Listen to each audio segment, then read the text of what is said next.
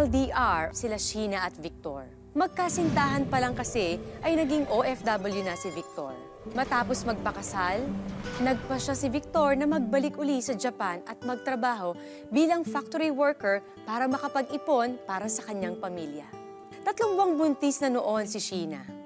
Kaya't hinabilin siya ni Victor sa kanyang kaibigan at kababata na si Rita. Tagal-tagal akong mawawala. Kaya alagaan mo yung sarili mo at saka itong magiging baby natin, ha? Dahil ka na magparaisip. Marami man akong bantay dito. Sa tuya muna, Maestar Sileti. Tsaka, katabing bahay lang natin tong si Rita, oh. Ikaw ang mag-ingat. Kasi mag-isa ka lang dun. Mayong mag-alaga sa imo. Kaya ko yun, babe. Para sa kinabukasan natin. Ay, teka lang, best friend. Ano ba? Napaka-sweet nila. Napaka-sweet nyo namang dalawa. Magkikita pa naman kayo, ha? Tsaka, baka maiwan ka pa ng biyahe mo. Ay, halat. Bago ko malingawan, eto. Ayan, ginawan kita ng mga mixtapes. Baka... Alam mo yan, kung gusto mo lang, miss mo yung mga jamingan natin dati. Tingnan mo lang. Uy, Rita. Next time naman, turuan mo naman ako gumawa ng voice tape. Sige ba? Tapos, ipadala natin kay Victor para hindi kanya masyadong mamiss. Diba? Salamat. Mabalos, iba ka talaga best friend. Siyempre ako pa. Oh, paano? Sige na. At baka maiwan pa ako ng jeep. Ano tayo? Tara.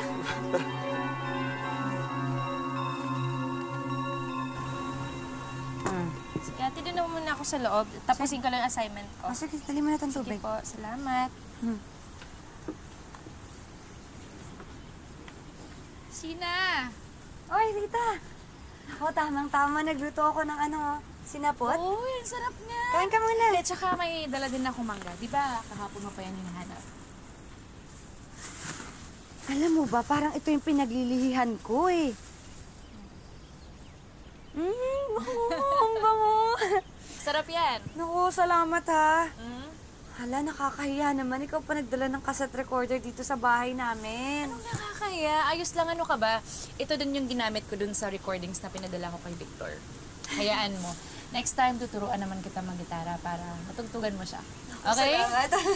Okay? Sige, sige. Ngayon, magsimula na tayo. Teka, nakabili ka na ba ng mga blank tape? Ay, oo. Sige, Nakabili na ako. para...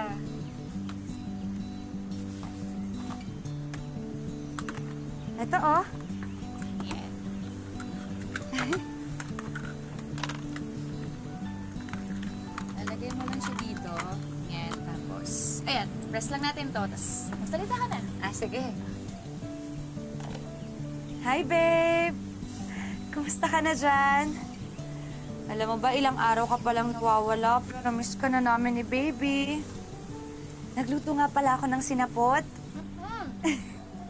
Best friend, ang sarap. Mainggit ka dyan. Babe, yung promise mo sa akin, ha? Sabi mo, uuwi ka dito kapag nanganak ako. Tsaka nga pala yung kinukwento ko sa'yo na bukol ko sa may binti. Lumalaki siya eh. May bago din ako nakapa dito sa may leeg ko banda. Talaga? Tingin nga. Ayan, oh.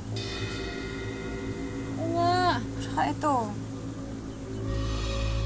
Patingin mo na yan sa doktor. Gusto mo samahan kita? Talaga? Ako, sige nga, magpapatingin na ako. Babe! Ay, nako, pag umuwi ka dito, baka kami na yung matalik na magkaibigan ni Rita. Oo nga.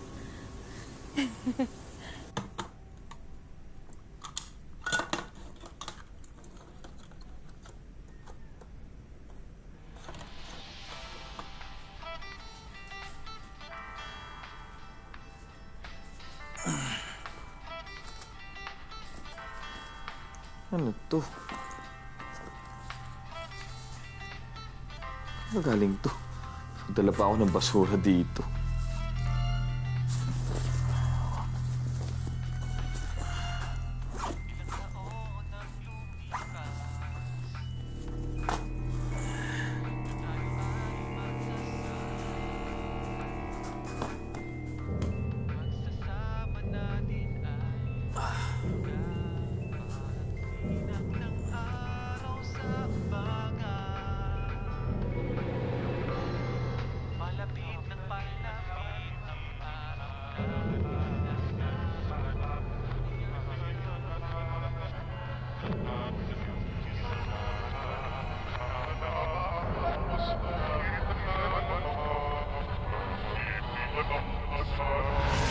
Dumugan sa kuyong pangatsi.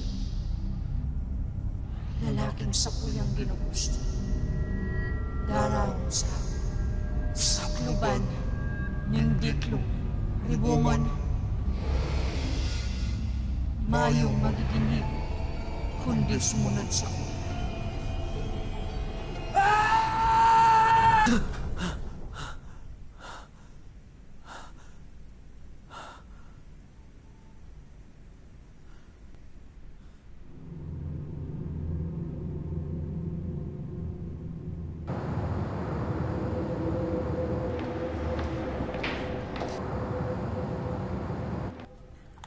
Babe, ipa-check up yun na ni Rita yung mga bukol na yan, ha?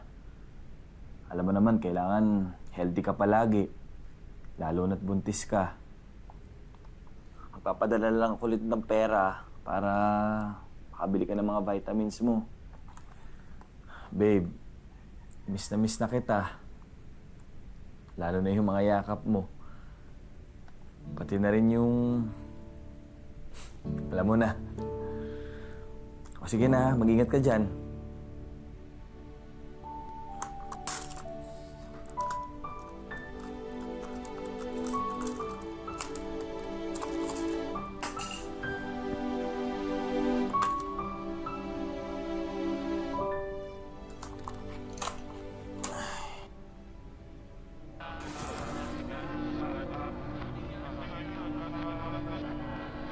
Dumugan sa kuyong pangatsi. Lalaking sa kuyang ginugusto. Daraw sa sakluban ning diklong ribungon. Mayong magiginig kundi sumunod sa kuya.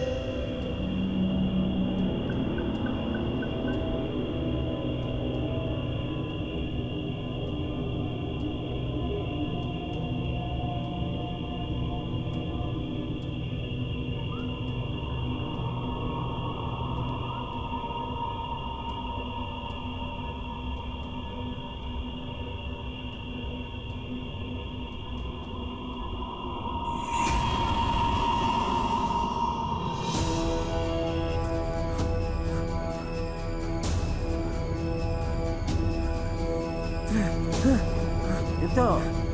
Dito!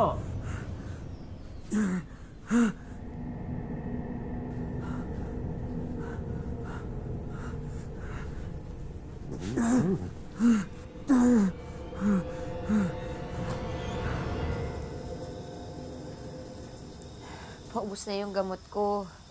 Pero parang hindi naman gumagaling yung mga sugat. Alam mo, Sheena, dapat bumalik na kaya tayo sa doktor para naman matignan ka ulit. Tapos ano, gamot na naman. Hindi ba nakakasama sa baby namin yung gamot ng gamot? Rita, hindi ko na alam kung anong gagawin ko. Tapos kumakati rin siya kapag kinamot ko nagsusugat. Ate, saan ka ito ilalagay? Dito na lang. Ako na maglalagay sa aparador para hindi maalikabukan. Sige po, dito po muna.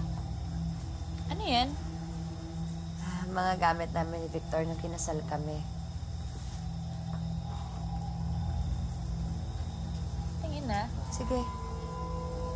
Ikaw, kailan ka ba ikakasal? Kasal? Wala nga akong nobyo eh. Baka naman pihikan ka. Diba, dapat gano'n naman talaga. Lalo na pag iniisip mong pakasalan yung isang tao. Bukod sa mabait at responsable, syempre dapat yung gwapo rin. Parang yung asawa mo. Di ko nga akalain na lalaking ganyan si Victor eh. Akala ko dati walang magkakagusto dyan. Mabait kasi yung asawa ko. Tsaka alam mo, ramdam na ramdam ko na mahal niya ako. Hayaan mo, Rita. Makakahanap ka din ng lalaki na kagaya ng best friend mo.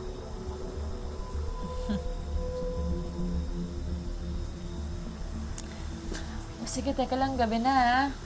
Mauna na ako. Sige. Tsaka baka ligo lang yung kulang dun sa pangangati mo. Sige na, mauna na ako.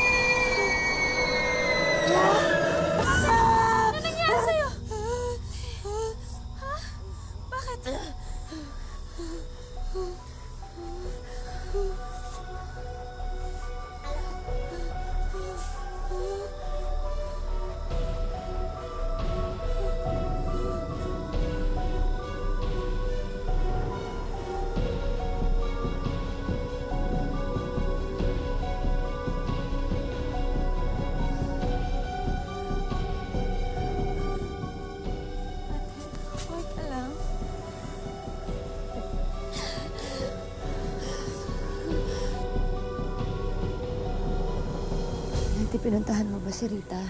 Opo, pero sarado yung bahay. Kumatok din ako pero walang sumasagot.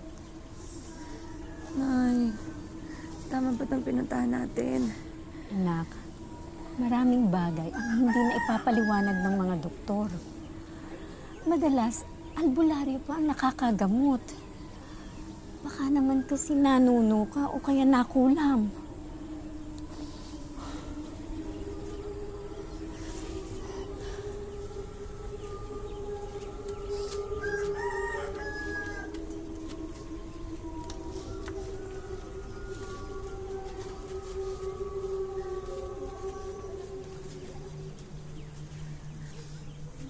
Matagal kitang hinanap. Abuti lumapit ka sa akin. Ano po? Ilang buwan ko nang nararamdaman na may madilim na kapangyarihan na gumagala dito. At hindi sila titigil. Napakalakas. Hindi ko alam kung saan siya nakatira at kung sinong sunod niyang bibiktimahin. Ikaw pala. Pinakaaway ka ba? Wala naman po. Matindi ang galit at inggit ng taong ito sa'yo at hindi siya titigil. Hanggat hindi niya nakukuha ang gusto niya. Tulungan niyo po ako. Buntis po ako. Baka kung ano gawin niya sa baby ko. Huwag ka mag-alala. Malakas ang kapit ng bata. Ligtas ang bata.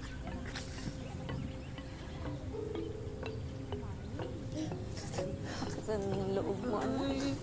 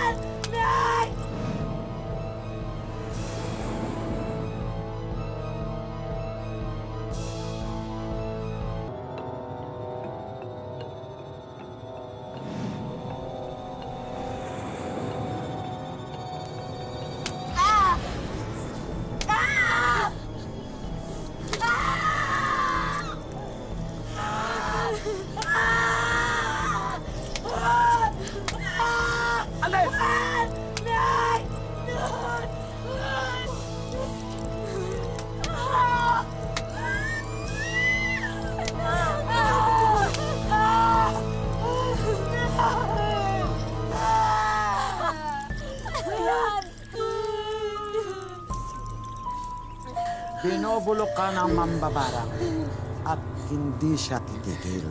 Kung hindi kita nakita, baka ilang araw lang patay ka na. Gagaling na po ba ako? Hindi pa. Hindi titigil ang mambabarang hanggat hindi mo nakuha sa kanya mga gamit mo. Hawak ka na. Kailangan kunin mo lahat para wala nang bisang sumpa.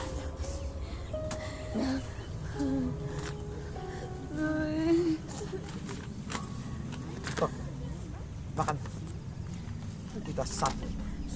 Ikalat mo sa buong bahay mo nang hindi na siya makapasok. Nang hindi na siya makapasok, tandaan mo. Tandaan mo, napakalakas na. Opo. Malakas ang parsa niya, hindi kita tinatakot. Mag-ingat ka.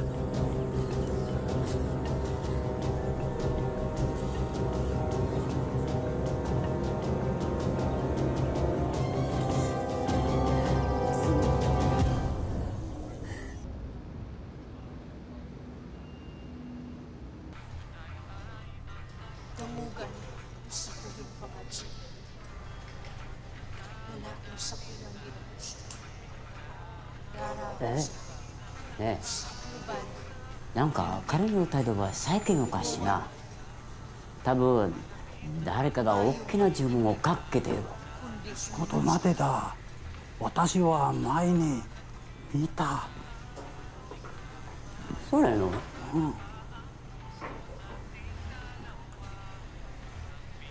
あいいよ了解しよう sa naglubog adlaw. Kusog ko. Ngayong kapatid. Kabus. Nasa kuyang gusto. Damugon sa kuyang pangadyo. Lalaking sa kuyang ginugusto. Garawin sa ako. Balutin ang dilim. Aliwin. Tituhin. Walang ibang gagawin. Kundi ako ay damugan sa kuyang pangadyo. Lalaking sa kuyang ginugusto. Garawin sa ako. Sa kaluban na hindi ko libungan mayong magiginig. Walang ibang gagawin. Kundi ako ay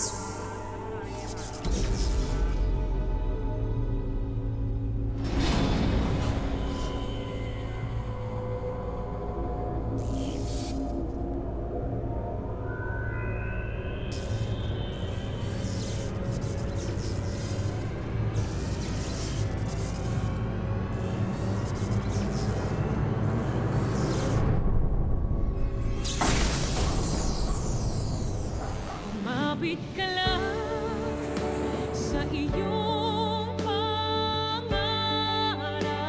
Kumapit ka lang sa iyong pangarap.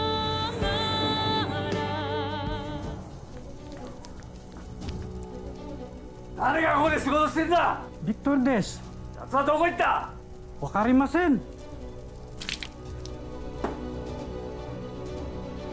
Dahil tila laging nawawala sa sarili, natanggal sa trabaho si Victor at pinauwi ng Pilipinas. Nagulat na lang si Sheena dahil hindi ito ibinalita sa kanya ng asawa. Nang makita siya nito, tila hindi na siya kilala.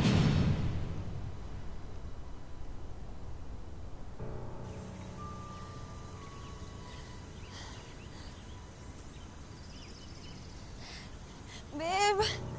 damugan sa kuyang pangadyo. Alalang-alala ako sa'yo.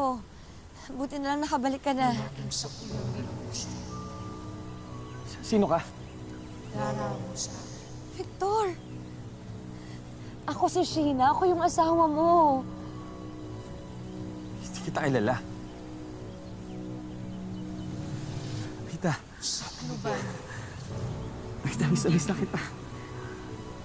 libungan Babe! Babe, ano ba nangyayari sa'yo? Bakit hindi mo ako matandaan? Ako to, si Sheena, asawa mo. Ito, anak natin tong pinagbubuntis ko. Kundi sumunod sa Rita, bakit hindi nga ako matandaan? Baka pagod ka lang. Gusto mo magpahinga ka na? Rita, umuwi na tayo. Gusto ko magpahinga. Victor, hindi ko alam yung sinasabi mo. Ito yung bahay mo. Halika na, pumasok ka na sa loob. Magpahinga ka na sa loob. Sino ka ba? Hindi kita kilala. Rita, ano nangyayari sa kanya? Di ba, sabi ng kasamahan niya sa Japan na medyo nawala sa sarili niya si Victor. Baka na-trauma lang sa aksidente. Baka masyado lang siyang na-homesick. Kung okay lang sa'yo, hayaan mo muna siyang magpahinga sa bahay ko. Baka mahimasmasan siya tapos tsaka ka niya makikilala. Okay. Pero bakit di niya ako makilala? Sheena, bigyan mo lang siya ng konting panahon. May dala ka retrato.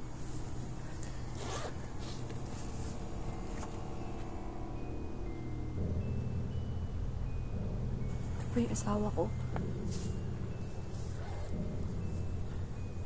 Ginayuma ang asawa mo. Ano po gagawin ko para mawala po yung gayuma? Sino ito? Hindi ko makita ang mukha niya. Siya ang gumayuma sa asawa mo. Sino yan? Si Rita po. Siya.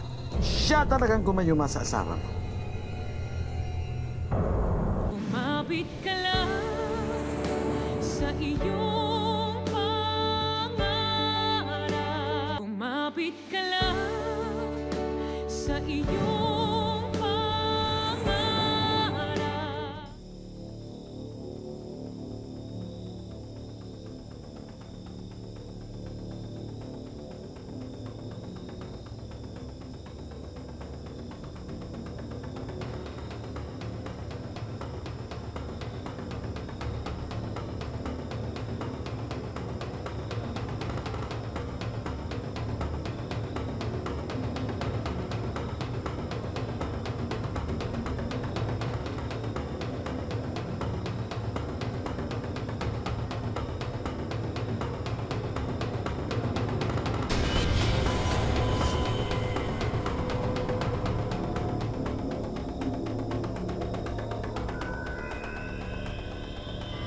Ngayon na ibalik mo na ito. Hihina ng hawak sa'yo ng mambabarang. Babalik na po ba sa akin si Victor?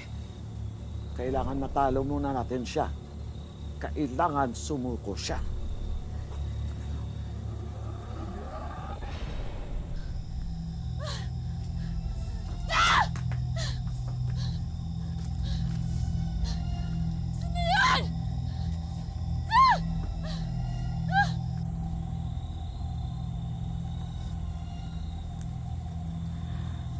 Sumuko ka na.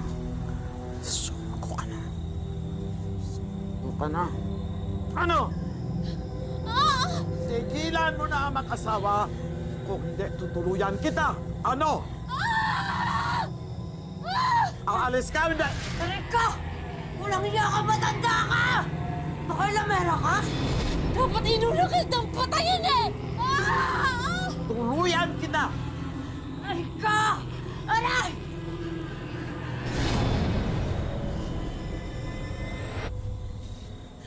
Esperanza, wala po kayo.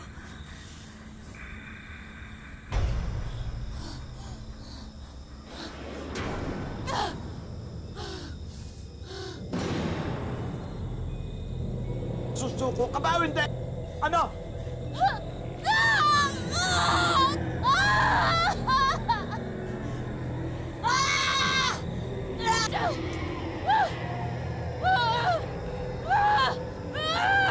Mamatayin kita, matanda ka!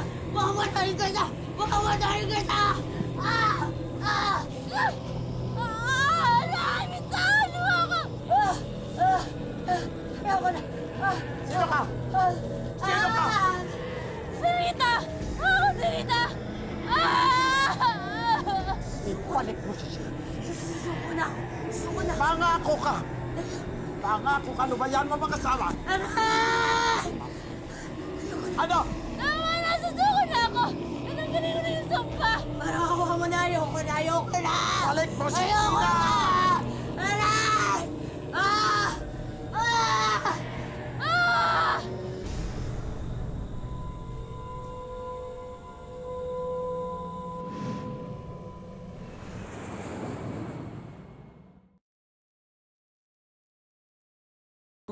Kumapit ka lang sa iyong pangarap. Sa wakas, nawala na ang tilang sungpang bumabalot sa pagkatao ni Victor at nagpakalayo-layo naman si Rita. Umuwi uli si Victor kay Sheena at katakatakang wala siyang matandaan sa mga nangyari. Ang cute-cute naman yan, oh.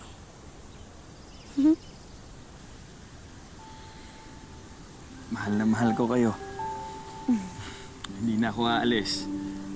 Dito na ako magtatrabaho at sama-sama natin naabutin ang mga pangarap natin. Mahal na mahal ka din namin. Di ba, baby? Oh, cute, oh. Dito lang si tatay. Oh, nangingiti siya, oh. Magandang hapon, ako po si Marian Rivera.